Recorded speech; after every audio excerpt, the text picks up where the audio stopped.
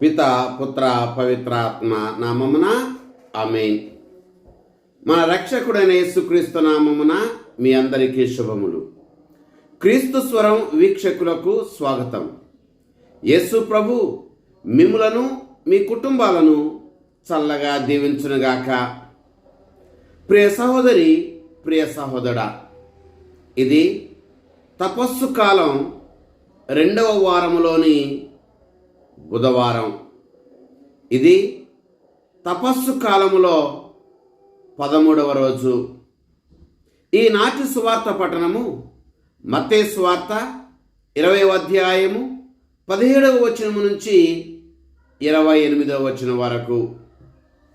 ప్రియ సహోదరి, ప్రియ సహోదరుడా, తపస్సు కాలం అనేది కేవలం మనము ఉపవాసాలు, ప్రార్థనలు, దాన ధర్మములు చేసే కాలము మాత్రమే కాదు. కానీ తపస్సు కాలం అనేది క్రీస్తు ప్రభువుతో కలిసి నడిచే కాలం. తపస్సు కాలం అనేది వినయముతో, విధేయతతో క్రీస్తు ప్రభువుతో కలిసి నడిచే కాలం. అందుకనే ఈనాటి సువార్త పట్టణములో యేసు ప్రభు ఇలా అంటున్నాడు, మీలో ఎవడైనా గొప్పవాడు కాదలిచినచో అట్టివాడు అందరికీ సేవకుడై ఉండాలి అని. ప్రియ సహోదరి, ప్రియ సహోదరా, ఒక గ్రామములో ఒక విచారణ దేవాలయం ఉంది. ఆ విచారణ దేవాలయం నందు 2 వ్యక్తులు స్వచ్ఛందంగా సేవ చేస్తూ ఉండేవారు. ఒక వ్యక్తి చాలా హడావుడిగా ఉంటూ ఉండేవాడు, కొంచెం గట్టిగా మాట్లాడుతూ ఉండేవాడు, అందరూ చూస్తున్నప్పుడు అటు ఇటు తిరుగుతూ ఉండేవాడు. వాళ్ళకి ఆ పని అప్పగిస్తూ, వీళ్ళకి ఈ పని అప్పగిస్తూ తాను అన్ని పనుల్లో నిమగ్నమైనట్లుగా వ్యవహరిస్తూ ఉండేవాడు. కానీ 2వ వ్యక్తి మాత్రం ఎవరు చూచినా ఎవరు చూడకపోయినా ఆయన నిశ్శబ్దంగా దేవాలయ ఆవరణలకు వస్తూ ఉండేవాడు, నిశ్శబ్దంగా దేవాలయాన్ని శుభ్రం చేస్తూ ఉండేవాడు, నిశ్శబ్దంగా దేవాలయానికి కావలసినటువంటి పనులు చేస్తూ ఉండేవాడు. అలా కాలము గడుస్తూ ఉన్నప్పుడు ఒక వ్యక్తి ఆ విచారణ గురువుని ఇలా అడిగాడు, దేవాలయంలో 2 వ్యక్తులు ఎప్పుడు కూడా సేవ చేస్తూ ఉండేవారు కదా, ఆ 2 వ్యక్తుల్లో గొప్ప సేవ చేసిన వ్యక్తి ఎవరో అని అడిగినప్పుడు ఆ విచారణ గురువు ఇలా చెప్పాడు, మౌనంగా ఈ దేవాలయానికి వస్తూ మౌనంగానే ఎవరు చూచినా ఎవరు చూడకపోయినా, ఎవరు గుర్తించినా ఎవరు గుర్తించకపోయినా దేవాలయాన్ని శుభ్రం చేస్తూ, దేవాలయ ప్రాంగణాన్ని శుభ్రంగా ఉంచుతూ, దేవాలయానికి కావలసినటువంటి అవసరాలను తీరుస్తూ ఉన్నటువంటి ఈ 2వ వ్యక్తి అని విచారణ గురువులు చెప్పారు. ప్రియ సహోదరి, ప్రియ సహోదరా, మన గొప్పతనం అనేటువంటిది ప్రజలు గుర్తించే గుర్తింపులో ఉండదు. మన గొప్పతనం అనేటువంటిది వినయముతో మనం చేసేటువంటి పనులలో ఉంటూ ఉంది.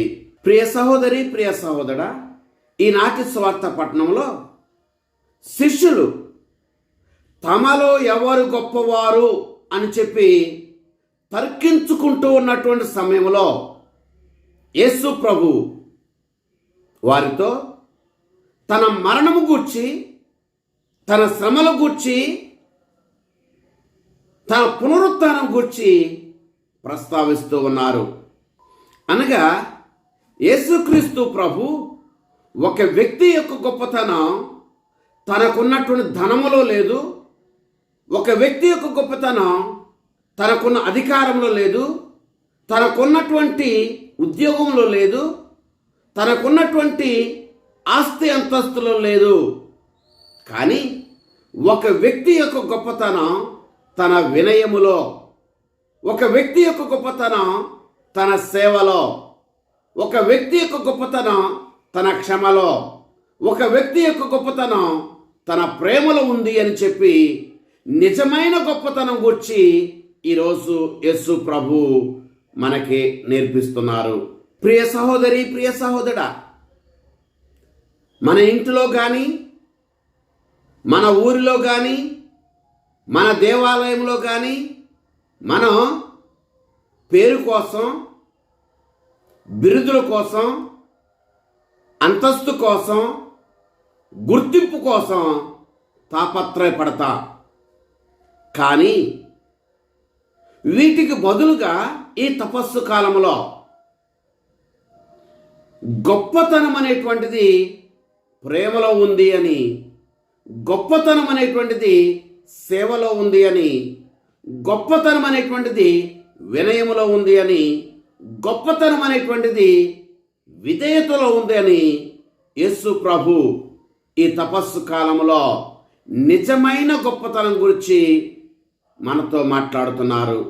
ప్రియులారా, నిజమైనటువంటి గొప్పతనం కలిగి ఉన్నటువంటి 5 వ్యక్తుల గురించి మనము ఈరోజు కాసేపు ధ్యానం చేద్దాం. నెంబర్ 1, యేసు ప్రభు. యేసు ప్రభువే మనందరికీ గొప్ప ఆదర్శం. యోహాను సువార్త 13వ అధ్యాయము 1వ వచనం నుంచి 15వ వచనం వరకు మనం చదివితే యేసుక్రీస్తు ప్రభు తన శిష్యుల పాదాలను కడిగాడు. యేసుక్రీస్తు ప్రభు పాపులతో కలిసి భుజించాడు. యేసుక్రీస్తు ప్రభు కుష్ఠరోగులను తాకాడు. యేసుక్రీస్తు ప్రభు రోగులను స్వస్థపరిచాడు.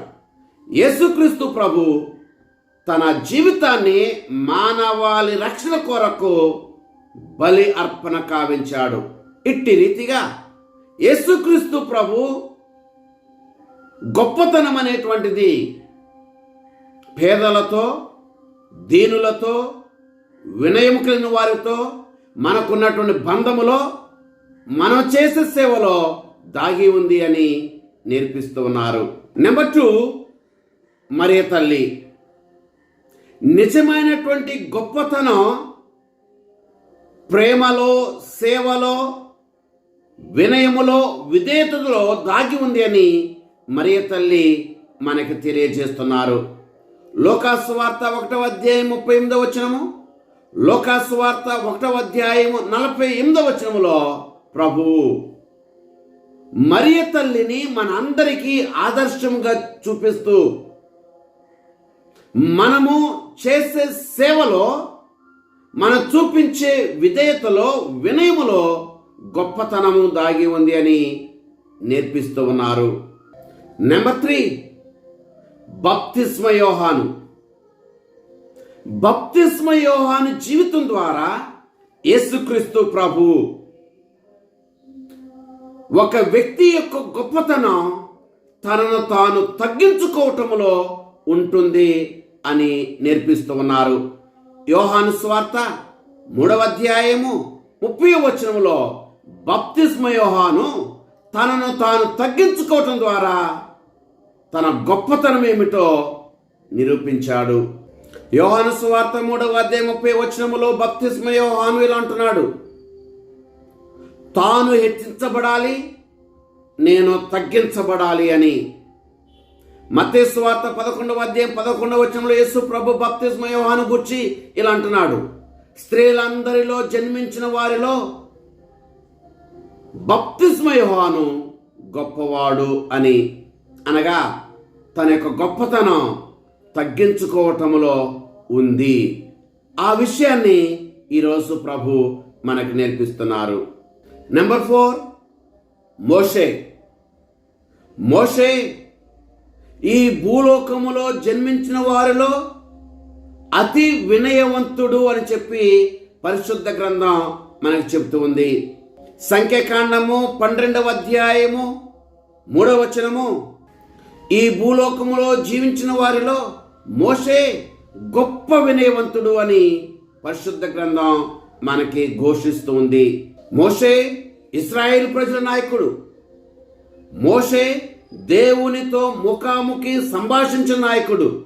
అయినా దేవుని ఎదుట వినయముతో జీవించాడు. వినయముతో జీవించడంలో ఒక వ్యక్తి యొక్క గొప్పతనం దాగి ఉంది. నెంబర్ 5, దావీదు. దావీదు పశ్చాత్తాప హృదయముతో దేవుని ఎదుట ప్రార్థన చేశాడు. సమూయేలు మొదటి గ్రంథము 16వ అధ్యాయము 7వ వచనము ఈ సత్యాన్ని మనకు తెలియజేస్తుంది. ఒక వ్యక్తి పశ్చాత్తాపడటంలోనే గొప్పతనం దాగి ఉంటుంది. ఒక వ్యక్తి పశ్చాత్తాప హృదయంతో దేవుని ఎదుట నిలబడటంలోనే ఆ వ్యక్తి యొక్క గొప్పతనం దాగి ఉంటుంది. సమూయేలు మొదటి గ్రంథం 16వ అధ్యాయము 7వ వచనం ప్రకారం దేవుడు హృదయాన్ని చూస్తాడు. మన పశ్చాత్తాప హృదయాన్ని చూస్తాడు. మన పశ్చాత్తాప హృదయం బట్టే మనము దేవుని ఎదుట గొప్పవారిగా ఎంచబడతాము.